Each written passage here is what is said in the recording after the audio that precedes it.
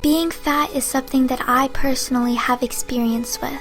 When I was 13, I weighed 140 pounds. I was very overweight for my height. As I gained weight, I felt disgusting and depressed. People picked on me for it and I didn't like that, so I decided to make a change. I completely changed my diet and started riding my bike a lot. In a few months, I lost most of that weight. Years later today, I have kept that weight off and weigh now 100 pounds at 5'2".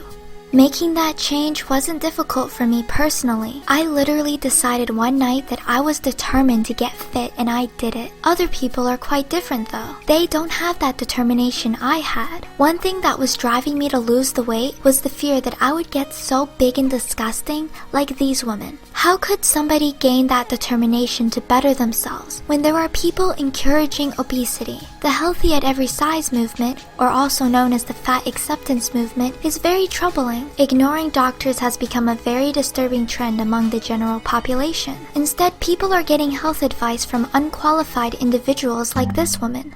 Hi, my name's Kath Reid. I'm a fat activist in Brisbane. I blog at Fat Heifer Lump, where I've been blogging for about 5 years. And it's my goal to change the way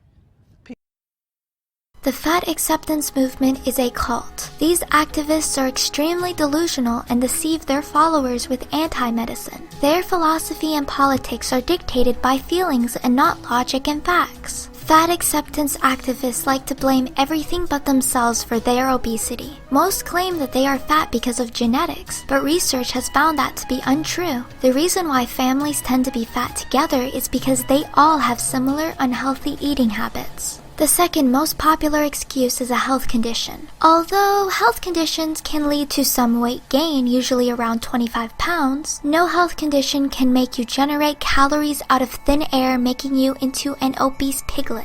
Fat doesn't just magically appear. It has to be introduced into the body by eating in excess of the energy requirements of your body. Even if your condition stops you from exercising normally, you can still find ways to move around. Just look at this guy. He has no arms and legs, but he finds a way to move around and he's not fat.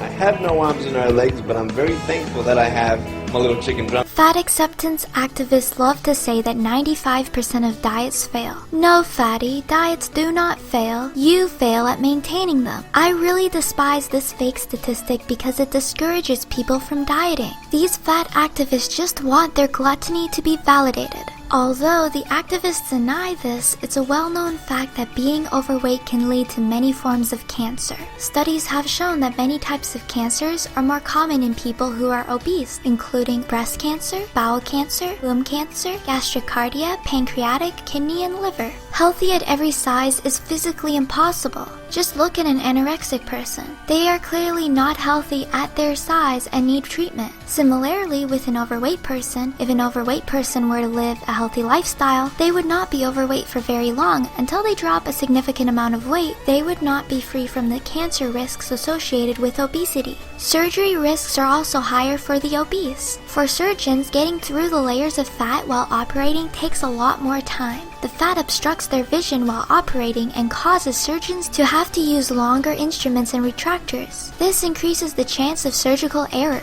After surgery, obese patients have an increased risk of infection at the incision site. There are also other difficulties surgeons have while operating on obese patients. I have a link to my source in my blog post in the description below. Fat activists complain that doctors don't treat them with respect. Can you blame the doctors though? To become a doctor, you must complete a 4-year undergraduate degree program, spend another 4 years in medical school, and then complete 3 to 7 years of residency training. They spend so much time studying to become a doctor just to deal with overweight patients who don't take their advice, and then try to spread anti-medicine with their fat acceptance cult. The fat acceptance activists are right about one thing though. Fat people are discriminated against. I don't think that's necessarily a bad thing. I don't believe there should be a protected class of people. We should all be open to criticism. Being obese is not a desirable trait, and no amount of social engineering will fix that. I find it interesting how the fat acceptance movement is dominated by feminist women.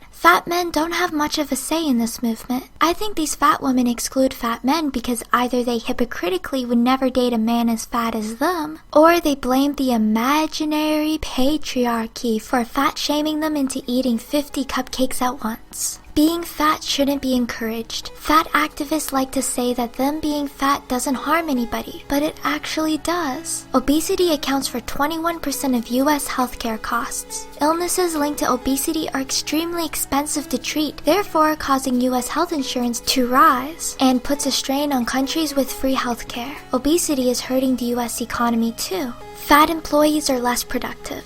1 billion extra gallons of gasoline are consumed each year by transporting fat Americans. There is indeed an obesity epidemic, and it's in everyone's best interest to get everyone's weight under control. You cannot cure an obesity epidemic with acceptance, but to be honest, I'm not sure how to encourage the 30% of obese adults in North America alone to lose weight. I think we should at least have a fat tax like Japan does. Also, we should make it so obese citizens cannot apply for government assistance. Maybe we should give fat people money for losing weight and keeping it off. Childhood obesity should be considered neglect. The fat acceptance movement is complete bullshit. I wish that it would die off along with the other manifestations of modern insanity. Thanks for watching, guys, and stay sane.